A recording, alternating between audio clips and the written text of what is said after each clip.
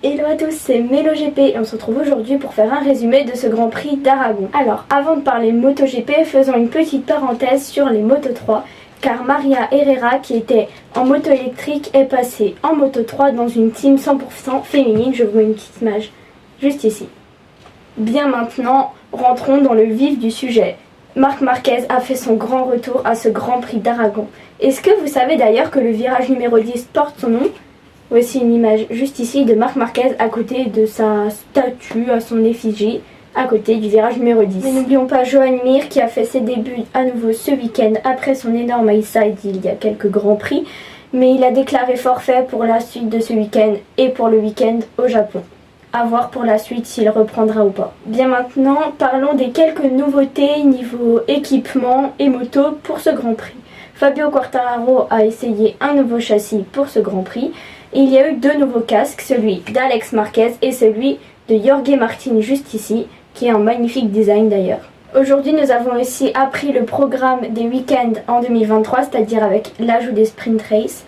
Je vous ferai une vidéo explicative très prochainement pour essayer de vous expliquer au mieux pour les horaires, la vie des pilotes, etc. Bien maintenant, passons au FP1. Le pilote avec le meilleur chrono de cette séance d'essai libre 1 est Aleix Espargaro, en second Pecco Bagnaia, en troisième Alex Rins.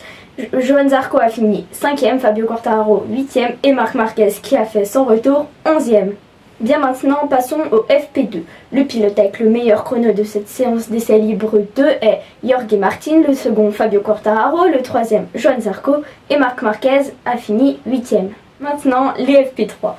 En début d'FP3, Marc Marquez a fait une petite chute que je vous remets juste ici, heureusement sans gravité, ce qui lui a permis de continuer son week-end tranquillement. Jack Miller a fini cette séance d'essai libre 3 avec le meilleur chrono, Pecco Bagnaia le second, Marco Bezzecchi le troisième, Fabio Quartararo le 8e, Johann Zarco le 11e et Marc Marquez le 12e.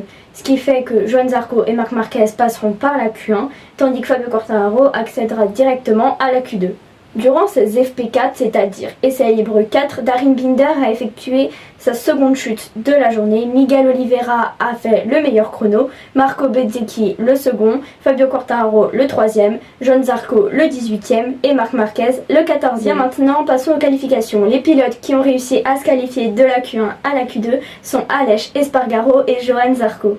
Le poleman de ce Grand Prix d'Aragon est Pecco Bagnaia, le second Jack Miller, le troisième Enea Bastianini, le cinquième Johann Zarco, le sixième Fabio Quartararo et Marc Marquez partira demain 13e. A bientôt pour de nouvelles infos GP et à demain pour un résumé de course.